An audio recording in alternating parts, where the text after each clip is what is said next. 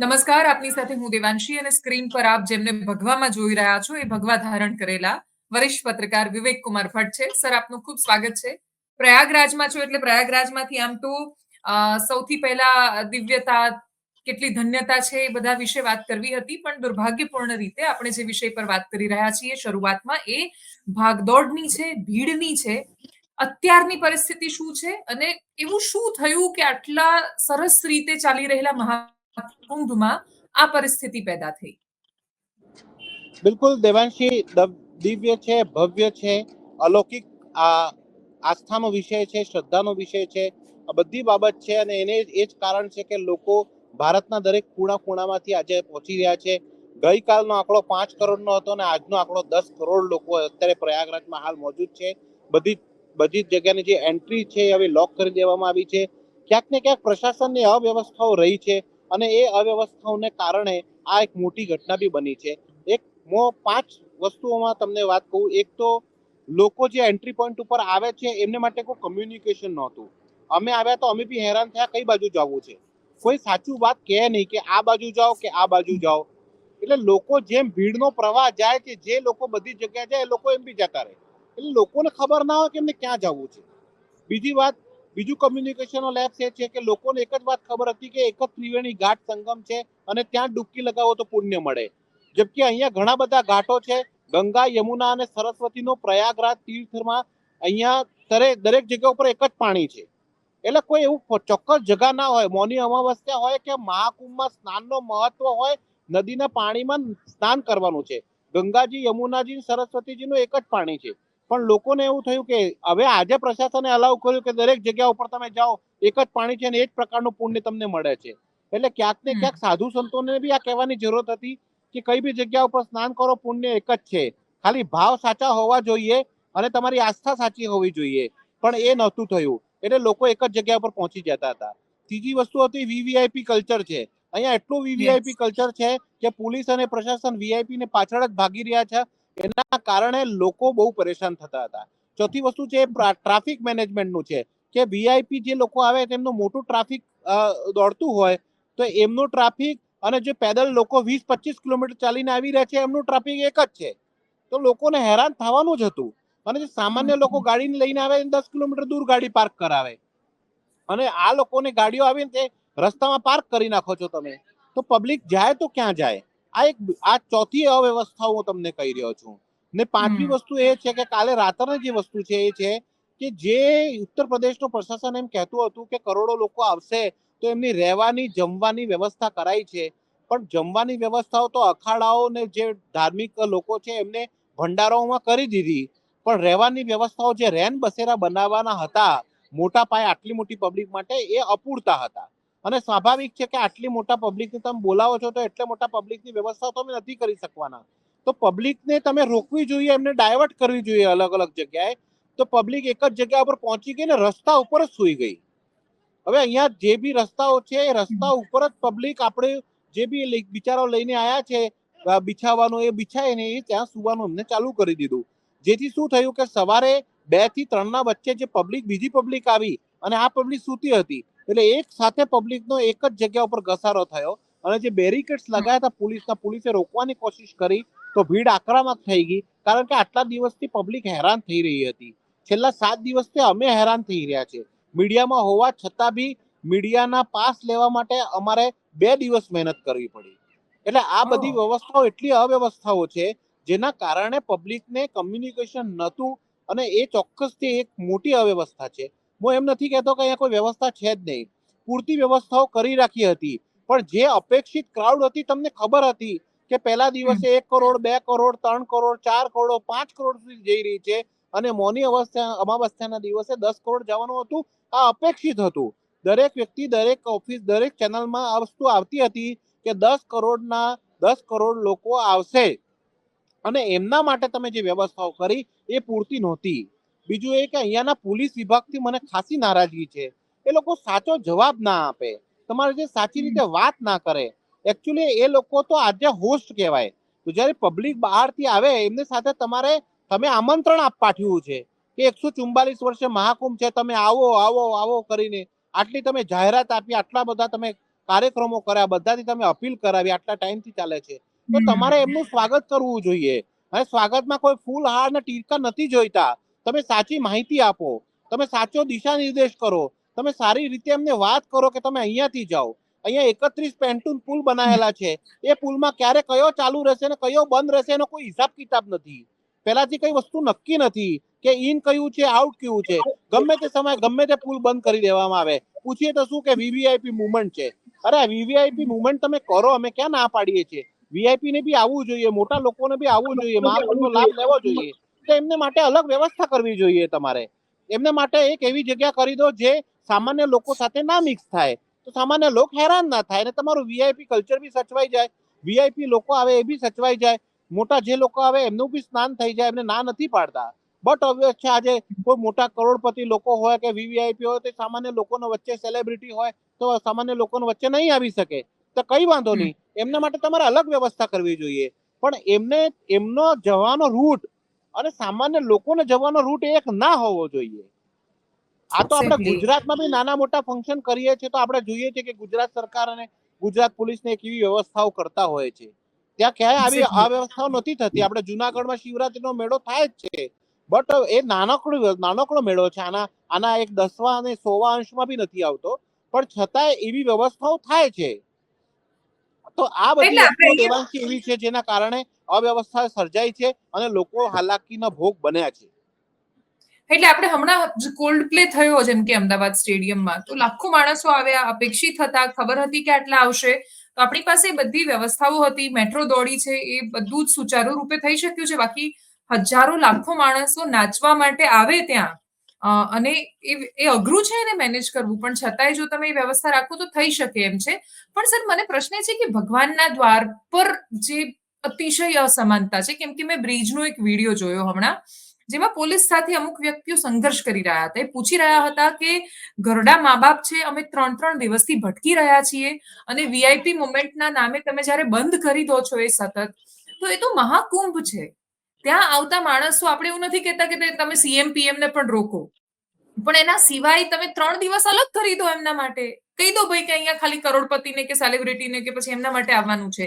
જે એકદમ સામાન્ય માણસો આવી રહ્યા છે, જેના ખિસ્સામાં એટલા પૈસા નથી, એટલા દૂર દૂરથી ટ્રાવેલ કરીને આવ્યા છે, એટલી બધી અડચણોનો સામનો કરીને એટલું લાંબુ ટ્રાવેલ કરીને ગયા છે, એટલે ગુજરાતથી જાય તો એક છેડાથી બીજા છેડે જાય છે. એ લોકોને ત્યાં જઈને આટલી બધી તકલીફો પડે છે.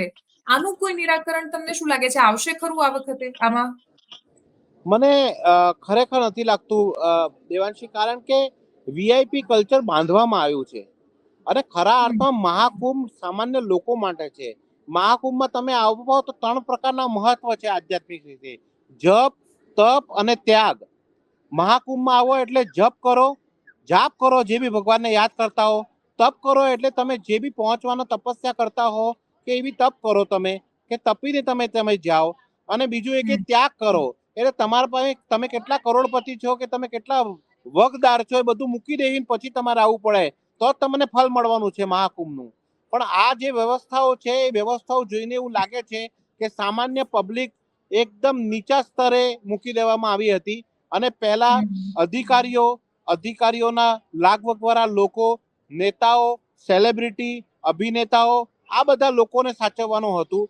જેટલા બી અહીંયા મોટા મોટા સાધુ સંતો છે, જે કથાકારો છે, એમને પોતાના શિબિર લાગેલા છે, જેની અંદર વિદેશી મહેમાનો બી છે, જેની અંદર બીજા એમના દાનદાતાઓ બી છે.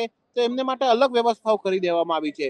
મારે એનો વિરોધ નથી દેવાંશી. વાત એવી છે કે તમે વીવીઆઈપી ને બોલાવો, અભિનેતાઓને બોલાવો, સેલિબ્રિટીને બોલાવો, વિદેશીઓને બોલાવો, બધું બરાબર છે, બોલાવા જ જોઈએ. પણ એમની વ્યવસ્થા અલગ કરવી જોઈએ. એમને આવડ જવડનો રસ્તો અને સામાન્ય લોકોનો રસ્તો ક્યારે એક ના હોવો જોઈએ. એનાથી શું થાય છે કે લોકોને અંદર એક અસમાનતાનો ભાવ આવે છે, લોકો રોષે ભરાય છે. તમે કોઈ વ્યક્તિ ડાયરેક્ટ આના કેમ્પ સુધી પહોંચી જાય અને બીજા વ્યક્તિને તમે 20 કે 25 કિલોમીટર ચલાવવાનું કહી દો, તો એ પબ્લિક હેરાન થવાની. અને સામાન્ય પબ્લિકમાં જો આપણે વાત કરીએ તો અહીંયા નાના એટલે 6 મહિનાના બાળકથી લઈ અને મેં 100 વર્ષના વૃદ્ધો સુધી મેં અહીંયા જોયા છે. મેં 7 દિવસમાં અહીંયા હજારો શ્રવણ કુમાર જોયા છે, જે આપણા દિવ્યાંગ મા બાપને, અંધ મા બાપને લઈને અહીંયા મહાકુંભમાં સ્નાન કરાવવા આવ્યા છે લોકો. હું તમને મારા પાછળનો જો દ્રશ્ય બતાવી શકતો હોઉં તો હું તમને, આ તમે જો દેખાતું હોય તો જુઓ તમે મારે પાછળ, આ પરિસ્થિતિ જુઓ તમે, આ એક ઘાટ છે જે ઘાટ કાલે બંધ હતો, આ ઘાટ ખોલવામાં આવ્યો. કાલે સાંજે અમે અહીંયા આવ્યા હતા ત્યારે બી અમે એમને કીધું હતું કે ભાઈ તમે આ ખોલી દો, તમે શું કામ બંધ રાખો છો, પબ્લિક અહીંયા ડાયવર્ટ કરો. પણ એ લોકોએ ખબર નહીં કેમ કોઈની વાત ના માની અને અહીંયા બેરિકેડ્સ લગાવી દીધા. જે ઘાટ ઉપર સ્નાન કરીને પબ્લિક પાછી જઈ શકતી હતી એ જગ્યાએ તમે બેરિકેડ્સ લગાવી દીધા, તો પબ્લિક કેવી રીતે સ્નાન કરશે? અને આજે સવારે તમે એમ કહો છો કે દરેક જગ્યા ઉપર સ્નાન ઓપન છે અને તમે જઈને કરી શકો છો, એક જ અનુભવ થાય છે. તો પછી શું કામ તમે ત્યાં એક જ જગ્યા ઉપર લોકોને બોલાવવા માંગતા હતા? કાલે અમે જોયું કે બધી બોટો બંધ કરી દીધી. હવે બોટનું શું છે કે એક સારો રિવર વે છે અહીંયા, અલગ અલગ જગ્યા ઉપરથી લોકો નાવમાં બેસી અને સ્નાન કરીને એ જગ્યા ઉપર પરત પાછા ફરી શકે. તો તમારે જે રોડ ઉપર ટ્રાફિક થાય છે, ઘાટ ઉપર ટ્રાફિક થાય છે, એ ઓછો થઈ જાય છે. પણ કાલે એ લોકોએ બોટો બંધ કરી દીધી. એના કારણે બી લોકો જે છે બોટ બંધ થઈ ગઈ, બીજા કોઈ ઘાટ ઉપર વ્યવસ્થા નથી, તો લોકો ક્યાં જાય? એટલે આ એક બહુ અગત્યની વસ્તુ છે. મારે ઠીક પાછળ અહીંયાથી જો હું તમને બતાવવાની કોશિશ કરું તો આ યમુના બ્રિજ છે, એના ઉપર તમે લોકો જોઈ શકો છો, હજુ બી એ જ ઘસારો છે. કાલે રાત્રે 12 વાગ્યાથી લઈને અત્યાર સુધી કન્ટિન્યુઅસ અમે જોઈ રહ્યા છે કે લાખો લોકો આવી રહ્યા છે ને લાખો લોકો જઈ રહ્યા છે. એક જરા બી ત્યાં 1 ફીટનો બી એવો અંતર નથી કે લાઈન બ્રેક કરીને આપણે બતાવી શકીએ. એટલે આ બધી વસ્તુઓ છે જેને કારણે આ વ્યવસ્થા થઈ છે. અને જે લોકો છે સામાન્ય લોકો છે, બિચારા બહુ ગરીબ લોકો છે, એ લોકો પાસે એમની પોતાની બેગ બી નથી, એ સિમેન્ટના બોડામાં સામાન લઈને આવી રહ્યા છે. અને બધા લોકોને રેન બસેરા નતા પૂરતા, એ લોકો બિચારા રસ્તા પર સુઈ ગયા. કાલે અમે જોયું હતા નદીના પટ ઉપર લોકો સૂતા હતા. આટલી ઠંડીમાં નદીની ઠંડી રેતીમાં લોકો આમને સુઈ ગયા હતા, નાના નાના બાળકો, વૃદ્ધો. આપણને દયા આવે કે આવું કેવી વ્યવસ્થાઓ. એટલીસ્ટ જો જમવાની વ્યવસ્થા લોકોને થઈ જતી હતી, કેમ કે દરેક જગ્યા ઉપર ભંડારા લાગેલા છે, એટલે કોઈને કોઈ પ્રસાદ આપી દે છે. પણ આટલી ઠંડીમાં ક્યાં લોકો રહેશે એની ચિંતા તો કરવી જ પડશે. એટલે જો તમારી પાસે એટલી વ્યવસ્થા નહોતી તો એટલી પબ્લિકને તમે તબક્કાવાર બોલાવી જોઈએ, એક સાથે પબ્લિકને ના બોલાવી દેવી જોઈએ. તમને ખબર છે કે તમે 3 કરોડ જ સાચવી શકો, તો 3 કરોડના 5 કરોડ ના થવા જોઈએ, 5 કરોડના 10 કરોડ ના થવા જોઈએ. તમારી જેટલી તાકાત છે એટલા જ લોકોને તમે બોલાવતા, તબક્કાવાર બોલાવતા. 26 ફરવરી સુધી ચાલે છે ને હજુ લોકોને બી અપીલ કરું છું કે દરેક પબ્લિક એમ ના સમજે કે એક જ દિવસ સ્નાન છે. દરેક પબ્લિક એમ ના સમજે કે ત્રિવેણી ઘાટ ઉપર જ સ્નાન કરવાથી પુણ્ય મળે છે. દરેક પબ્લિક એમ ના સમજે કે પૂર્ણિમા, અમાવસ્યા ફિક્સ ડેટ છે, એ દિવસે સ્નાન કરવાના. આ ડેટનો મહત્વ સાધુ સંતો સંન્યાસીઓ માટે છે કે આ જગ્યા ઉપર આ ડેટ ઉપર જ કરવાનું છે. સર, મને આમાં પ્રશ્ન એ છે કે તમે જે પીડિતોની વાત કરી રહ્યા હતા, તો એવા માણસોની કે જે લોકોની પાસે સૂઈ જવા માટે પણ જગ્યા નથી, આ એવા માણસો છે કે જેની પાસે ઈશ્વર સિવાય બીજો કોઈ આશરો જ નથી હોતો. એટલે એ લોકો હંમેશા પોતાના દરેક દુઃખમાં ભગવાન શોધે છે કે એ ક્યાંક એમને મદદ કરશે, અહીંયાથી પુણ્ય મળી જશે. આ લોકો મોટા ભાગના આવા ધાર્મિક સ્થાનોમાં, મેળાઓમાં શ્રદ્ધાથી જતા હોય છે. આ વખતે શું મહાકુંભમાં એનું જે રીતે બ્રાન્ડિંગ થયું કે આ વખતે ચર્ચામાં કોણ આવે છે, તો કે રીલ બનાવતા માણસો, કોઈ બહુ સુંદર સાધ્વીની જેમ એને પ્રસ્થાપિત કરવામાં આવે છે. મીડિયા પણ આનું ધાર્મિક મહત્વ, આધ્યાત્મિક મહત્વ, એનું મનન ચિંતન શું થઈ રહ્યું છે, ધર્મસભા શું નિર્ણય કરી રહી છે, એ બધા કરતા આવા લોકો પર ધ્યાન રાખે છે કે આ પ્રકારની સ્ટોરીઝ એમને ક્યાંકથી મળી જાય. તો એના કારણે રીલ્સ બનાવવા વાળા, પૈસાથી વધારે સાધન સંપન્ન માણસો કે જેમને કદાચ એ શ્રદ્ધાનો અહેસાસ પણ નથી, એવા માણસો ત્યાં એટલા બધા આવ્યા કે જેની પાસે રસ્તો જ નથી ઈશ્વર સિવાય, એ લોકોને જગ્યા નથી મળી રહી ત્યાં. બિલકુલ સાચી વાત છે દેવાંશી. હવે આમાં દુર્ભાગ્યપૂર્ણ વાત છે, લોકો અત્યારે વ્યૂઝ ના પાછળ પડ્યા છે. અનફોર્ચ્યુનેટલી મીડિયા અને આપણા બધા જ લોકો આના પાછળ જ પડ્યા છે કે આધ્યાત્મમાં વ્યૂઝ ઓછા મળે પણ મોનાલિસાની આંખો ઉપર વ્યૂઝ વધારે મળે. એટલે દરેક વ્યક્તિ અહીંયા મોનાલિસાની આંખો બતાવવા માટે આતુર હતો. જે લોકો બાબાઓ સાથે ઝઘડો કરીને બાબા ચીમટો લઈને મારવા દોડે તેના ઉપર મિલિયન વ્યૂઝ આવે છે.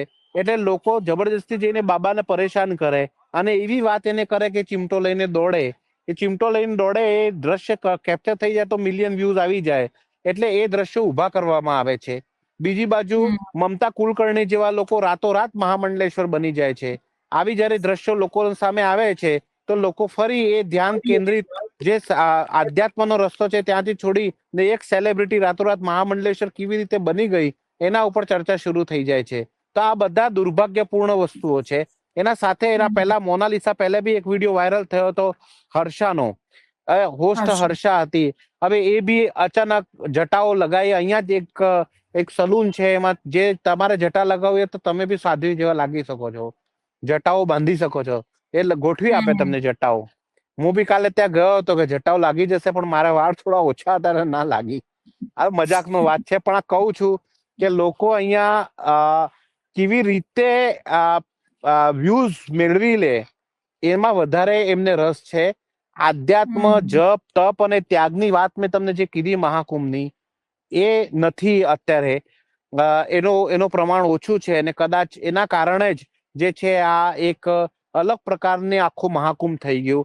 ભવ્ય, દિવ્ય અને ડિજિટલ મહાકુંભની જગ્યા ઉપર ભવ્ય દિવ્ય તો પછી થયું, દિવ્ય ખરું, ભવ્ય બી ખરું, પણ ડિજિટલ ની જગ્યા ઉપર વાયરલ મહાકુંભ થઈ ગયું. વાયરલ મહાકુંભ ઉપર વધારે, મહાકુંભમાં જે વસ્તુ વાયરલ થાય એના ઉપર ધ્યાન આપવામાં આવી ગયું. અને બીજી વસ્તુ એ કે વીવીઆઈપીઓ આપણે જોઈએ કે અરે યાર, રેમો ડિસુઝા ક્રિશ્ચિયન થઈને હવે ગંગામાં ડૂબકી લગાવે છે, તો હવે હિન્દુ થઈ જશે અને એની ઘર વાપસી થઈ જશે. એના ઉપર લોકોનો વધારે રસ થવા લાગ્યો. જે મોટા મોટા કથાકાર છે, સેલિબ્રિટી કથાકાર આપણે જો વાત કરીએ, તો એ લોકો ઉપર જોડો વધારે ભાર આવી ગયો, વિદેશીઓ ઉપર ભાર આવી ગયો. એના કારણે જે આપણા મૂળ વસ્તુ હતું કે એના ઉપર થોડોક ભાર ઓછો થયો છે.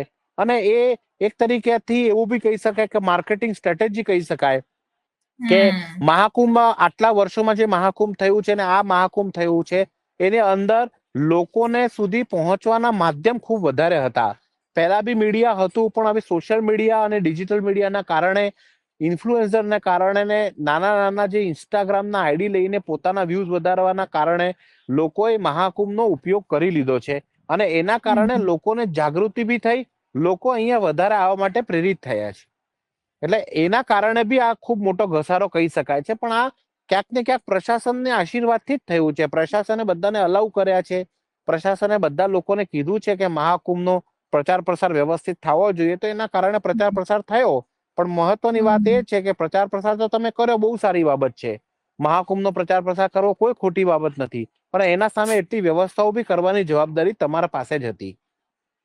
હા, વાત સાચી છે. અને બીજું કે આ કોઈ ધાર્મિક જાગૃતિ નથી. એટલે મહાકુંભમાં મેં ઘણા બધા વિડીયો જોયા, એ ધાર્મિક જાગૃતિ નથી દેખાઈ લોકોની. એક આંધળી ઘેટા દોડ છે. બધાને એવું લાગે છે કે ત્યાં રીલ નથી બનાવી, કે ત્યાંનો ફોટો નથી મૂક્યો, કે તો એ કશુંક બાકી રહી ગયું છે. એટલે છૂટી ગયાની જે પેલી લાગણી છે, બહુ બધાને ફોમો લાગતો હતો, એનું આ ઉદાહરણ છે. એટલે અપેક્ષા બહુ જ હતી આ મહાકુંભ પાસેથી, કેમ કે એનું આયોજન એટલી ભવ્ય રીતે થઈ રહ્યું હતું. પણ પછી એ આવું ભવ્ય થશે કે એનો ઉપયોગ જ, એટલે મહાકુંભ જ વપરાઈ જશે. કોઈ વ્યૂઝ લાવવા માટે વાપરશે, કોઈ રીલ બનાવવા માટે વાપરશે, કોઈ મહામંડલેશ્વર બનવા માટે વાપરશે, પોલિટિકલી વપરાશે, વીવીઆઈપી મુવમેન્ટની રીતે વપરાશે, એની કોઈએ કદાચ શરૂઆતમાં કલ્પના નહોતી કરી. છેલ્લો પ્રશ્ન છે સર મારો, કે હવે જે લોકો મહાકુંભમાં આવી રહ્યા છે, એ લોકો તમારા અનુભવ પ્રમાણે એમણે ખાસ શું ધ્યાન રાખવાનું છે, જો એ આવવાનું એમણે નક્કી કરી લીધું છે તો? જો હું છેલ્લા 7 દિવસથી મારા ટીવી ચેનલના માધ્યમથી કહું છું કે કોઈ બી લોકો જ્યારે શાહી સ્નાન જે નામ આપ્યું છે, ખરેખર શાહી સ્નાન તો અકબરના સમયે હોતું હતું. શાહી સ્નાન નથી, આ મહાસ્નાન છે. તમે આને મહાસ્નાનનું નામ આપો. તો આ જ્યારે મોટા સ્નાન છે કે મહાસ્નાન છે, એ સમયના સ્નાનના 2 દિવસ પહેલા અને 2 દિવસ બાદ અવોઇડ કરવું જોઈએ. જે કે આજે મહાસ્નાન, શાહી સ્નાન જે આપણે કહીએ મૌની અમાવસ્યાનું હતું, તો એના પહેલા 2 દિવસ એટલે 28 અને 27 તારીખ, અને આગળના 2 દિવસ એટલે 30 અને 1 તારીખ, 31 તારીખ, તો આ અવોઇડ કરવા જોઈએ. તો તમને આ ભીડનો સામનો ઓછો કરવો પડે. હવે લોકો જે ફરી આવવા માંગે છે એ લોકોને 5 તારીખ બાદ આવવું પડે, કારણ કે વસંત પંચમીનો 3 તારીખે મહાસ્નાન છે ફરી. એટલે ફરી 1 તારીખથી બધા રોડ બ્લોક થઈ જશે, અને 1 તારીખ સુધી અત્યારે હાલનું જે ટ્રાફિક છે એ ક્લિયર થશે કે નહીં, આ સૌથી મોટો સવાલ છે દેવાંશી. મને આજની જે ઘટના બની એના કરતા બી આગળ કેવી રીતે વ્યવસ્થાઓ થશે એની ચિંતા વધારે છે. કારણ કે પ્રયાગરાજની દરેક એન્ટ્રીથી લગભગ 25 કિલોમીટર સુધીનો ટ્રાફિક જામ છે.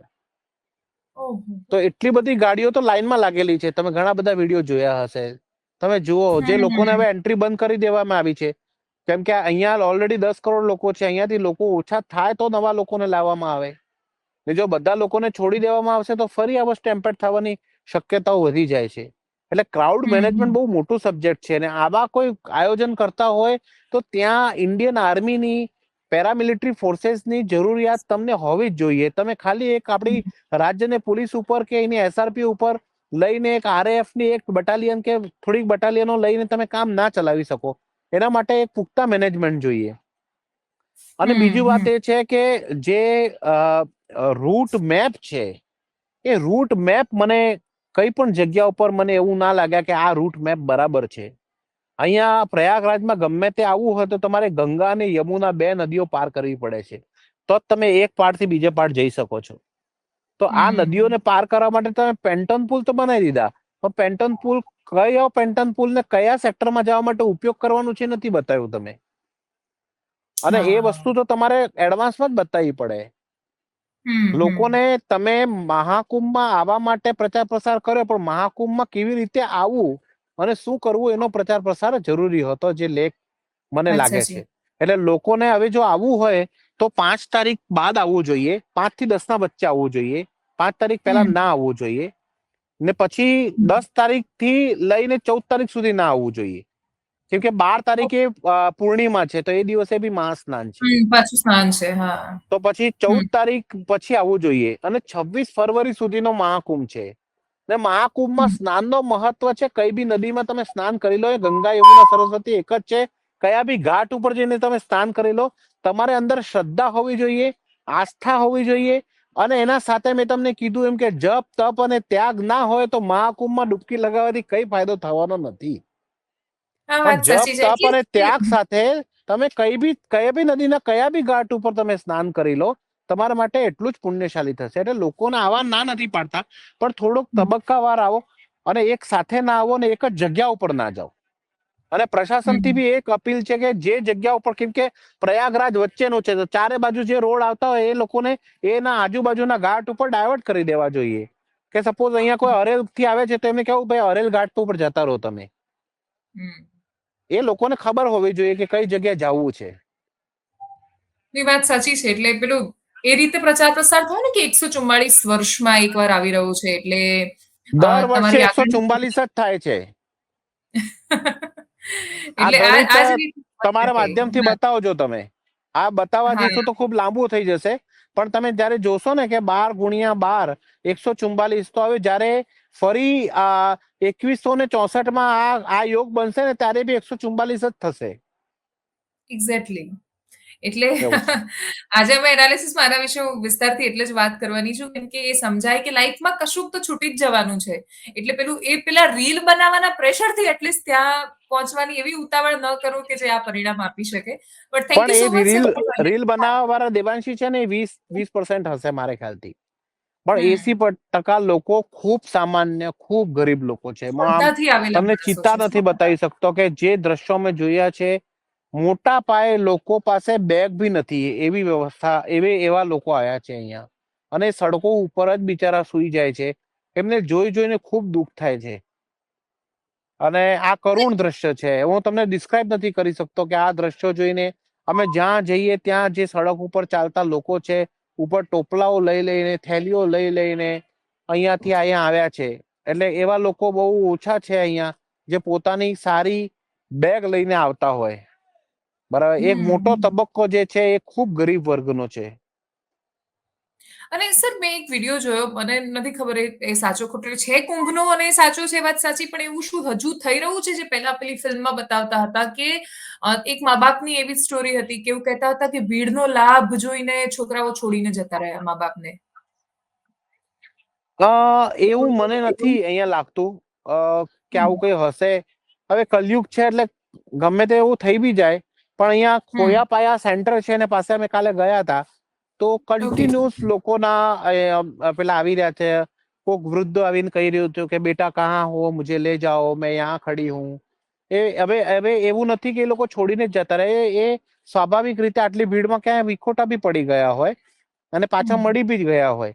એ આપણે પુષ્ટિ નથી કરી શકતા.